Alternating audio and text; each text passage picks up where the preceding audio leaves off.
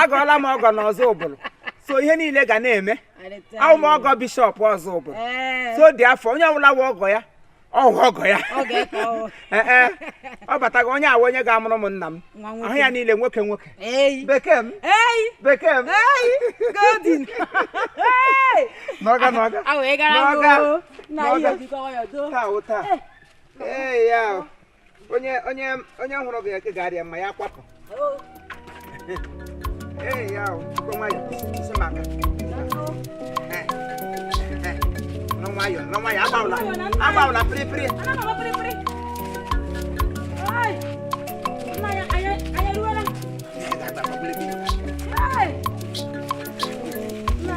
Igbo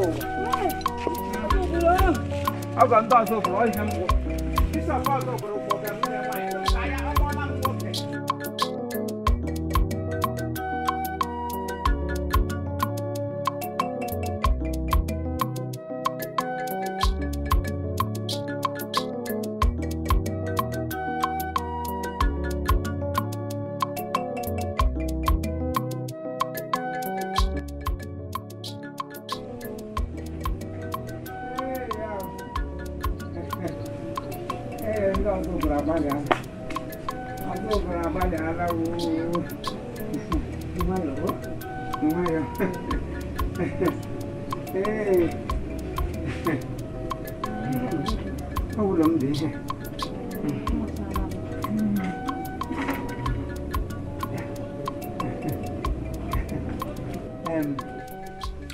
Adanna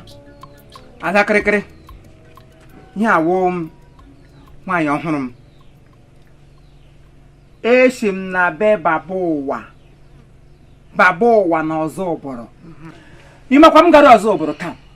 pụọ n'ime afọ ụmụaka paakị igwe m anyị were ọkada gawa ọzọ ụbụrụ na Anambra steeti si ebu egaba from Imo steeti anyị gaba Anambra ebe ahụ ka m gara aga kpọta nwa m onye ejikwula egwuru m egwu imekwasị anyị gawa kọmpand ha ebe ihe wu nwanne baba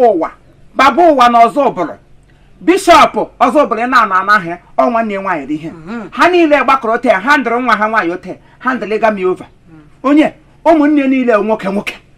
ha nwere ha nwoke iri na ụmụ nwaanyị abụọ ọchị ya nwa nwoke ada na ketụrụ ya otu obi ihe nga ote ka nwunye nwaanyị ma bụ ya ndị nga ha enweghị ogbe ara ọ bụ ihe ejiri mara ndị nga ha ara ha adịkwa eji ya egwu nwunye nwaanyị ka ogbede ka onye arụ ya ma ihe ha ote ka ọha famili ukwu famili ara ma ha kwado ote ka ara ka nne ha dọrọ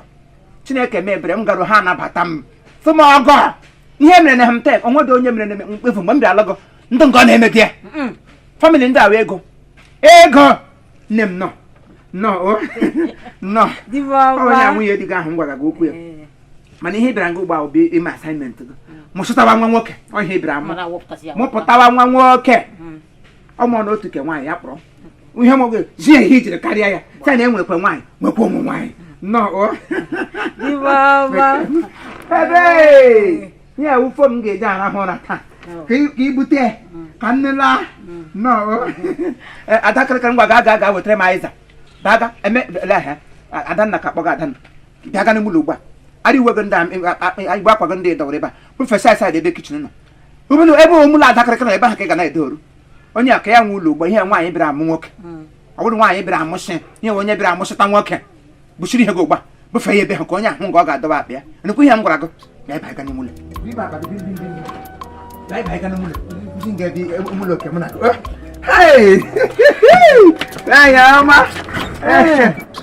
onye gbachiri ụzọ nye m